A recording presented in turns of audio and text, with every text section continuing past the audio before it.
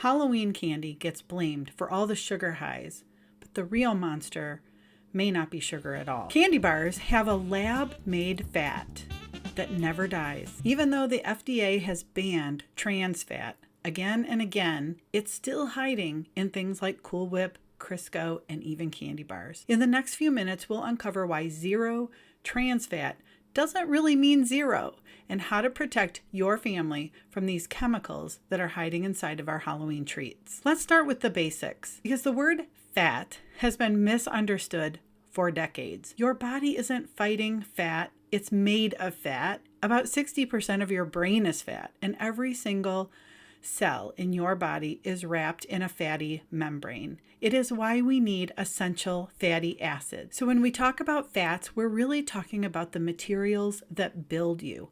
Healthy fats are the building blocks of our body. There are several types of fat, and each one has a purpose. There's monounsaturated fats found in things like olive oil and avocados, almonds, pecans. These can help to lower LDL cholesterol and protect the heart. There's polyunsaturated fats, omega-3s from salmon, sardines, chia, flax, or walnuts. These support our brain health, reduce inflammation, and improve mood. There's also natural saturated fats, which I know most people are afraid of. We need not be afraid of natural saturated fats like butter and pastured meats. These provide stability for cell membranes and are a steady source of fuel. And we'll talk more about our meats and saturated fats in another video, but these are whole foods that humans have eaten for centuries. Your body breaks them down and builds itself with them. But now let's enter trans fats, the imposter. About a century ago, chemists decided to redesign nature. They took unsaturated vegetable oils, normally a liquid, and pumped hydrogen gas through them to make a solid. This process is called hydrogenation. This resulted in changing the molecular structure of this oil, this trans fat. Dr. Stan Ekberg calls it an unsaturated fat pretending to be saturated because it spreads like butter, lasts forever, it resists spoilage. It's great for processed food, for factories, but not so much for our bodies. The enzymes in your body were meant to break down natural fats found in nature. And since this is a man-made fat, need I say more? This means that trans fat can wedge themselves into our cell membranes and our body doesn't know what to do with it. Dr. Robert Lustig explains it like this. Our mitochondria are bacteria, and the bacteria can't break the trans double bond. So those fake fats get stored in the liver and the tissues where they interfere with our metabolism and our energy production. So when we demonized all fat in the 1980s, we threw out the good with the bad, and the food industry filled the gap with these frankenfats. It really just caused a lot of confusion. But they made food cheaper, crispier, nearly immortal because they want to extend the shelf life. And in the process, they may have shortened human life. So now we know a little bit about what trans fats are and how they differ from real fats. Let's look at why they were supposedly banned and why they never really disappeared. When the headline said trans fats are banned in 2015, most people breathed a sigh of relief, but the reality is far more complicated because here's what really happened. Even though the FDA ruled that partially hydrogenated oils were no longer generally recognized as safe, they didn't outlaw every product overnight. They simply told companies you need to stop using partially hydrogenated oil unless you apply for an exemption. Deadlines were staggered to 2018, then 2020, extended again for specific uses like frostings, bases, and pie dough. As Dr. Lustig has pointed out, the industry lobbyists fought hard. Banning partially hydrogenated oils meant reformulating billions of dollars worth of recipes, so trade groups pushed for more time, and they got it. During that phase out, products already made with partially hydrogenated oil stayed on shelves legally under the existing inventory rules. Because those fats extend shelf life for years, some of those packages could literally still be circulating today. The other loopholes included changing the serving size. Because if a serving size contains less than 0.49 grams of trans fat, labels can legally state 0 grams of trans fat. 0.49 grams can be stated as 0. Wow. And then there's the ingredient swap. Fully hydrogenated oils aren't technically trans, so although they're still man-made, they're not partially hydrogenated, they're fully hydrogenated. And somehow those have slipped through. And then there's all the things that we import. Foreign-made candy and snacks can enter under a different standard as long as all of the paperwork says compliant. So the phrase 0 trans fat can mean anything from 0 to 0.49 grams per serving, and that can add up fast. The result is a lot of public confusion. Parents hear trans fat was banned, or they look at a label and they see 0 grams of trans fat and assume it's safe. Meanwhile, they still find hydrogenated palm oil on the ingredient list. Are they crazy? No, not at all. The rules are crazy.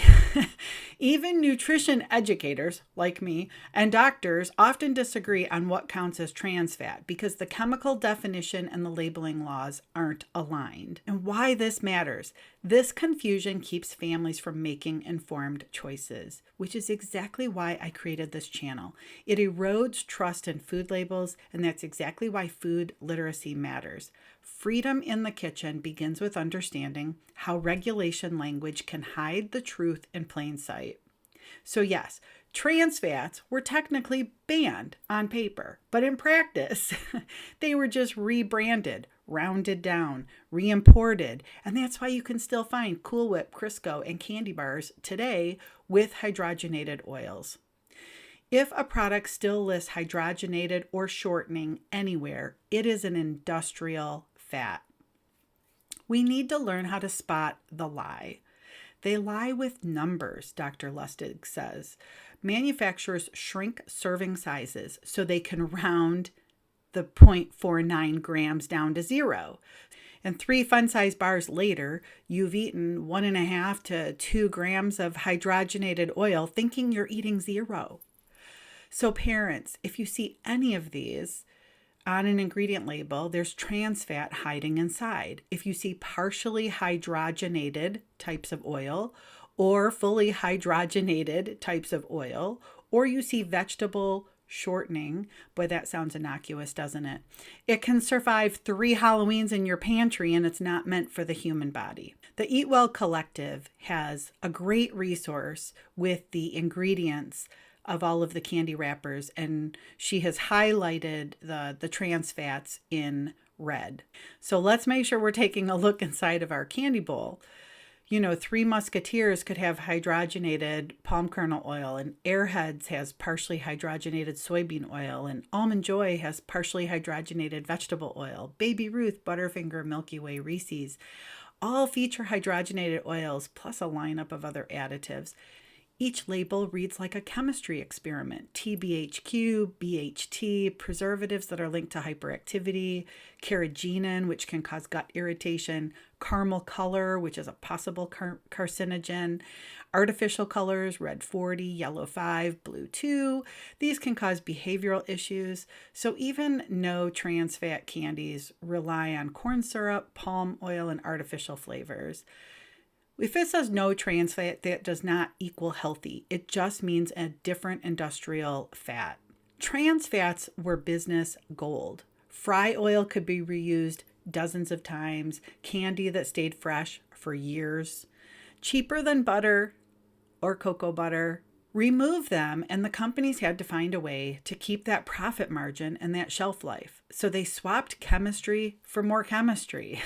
Unfortunately, these trans fats can cause damage to the body with inflammation, can raise our cholesterol. It can trigger cytokines and inflammation in our body, not good for our heart and our cardiovascular system. Also, brain and mood. Dr. Mark says inflammatory cytokines interfere with serotonin and dopamine, causing anxiety and depression. Dr. Lustig says trans fats accumulate, causing mitochondrial dysfunction. And then our cells can't burn fuel efficiently, and that affects our energy and our mood. Kids can become more hyperactive, have mood swings, and even have brain fog or focus issues. Adults have higher risk for heart disease, diabetes, and fatty liver. Trust me, I love my candy bars, and I sure miss Snickers, and probably my favorite, which is peanut M&Ms. But I could no longer deny the impact on my physical and my mental health. Whenever I eat those things, not only does my body ache or my joints hurt, but I also find that I am fatigued, even depressed, and it's not worth it for me to compromise my physical or mental health. So make sure that you're reading the ingredients, not the claims. The claims are meant to confuse us. Ignore the front of the label where it says 0 trans fat. Go straight to the fine print. Look for the words hydrogenated somewhere in the ingredients. Partially hydrogenated, fully hydrogenated. Watch the serving size math. If the serving size looks unrealistic, like there's 2 or 3 servings in one candy bar, because we know that you're going to eat the whole candy bar in one sitting, right? Choose the short shelf life as a good sign. See, real food actually spoils, and that's okay. Teach your kids to be labeled detectives. Turn grocery trips into scavenger hunts. If they find hydrogenated oil, call it out and choose something different.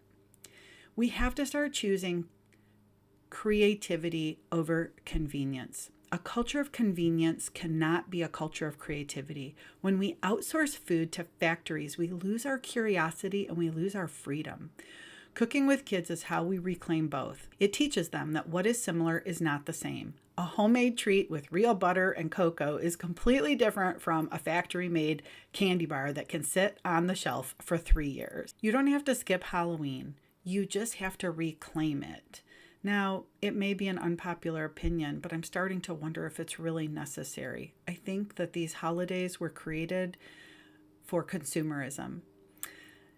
You can make healthy Halloween candy. We have made peanut butter cups, we've made Twix bars, we've made Snickers bars, we made Buckeyes, because in cooking class, the kids learn that anything they like can be made healthy, because in class, we're not using trans fat. We're definitely not using titanium dioxide and TBHQ and BHT and Red 40.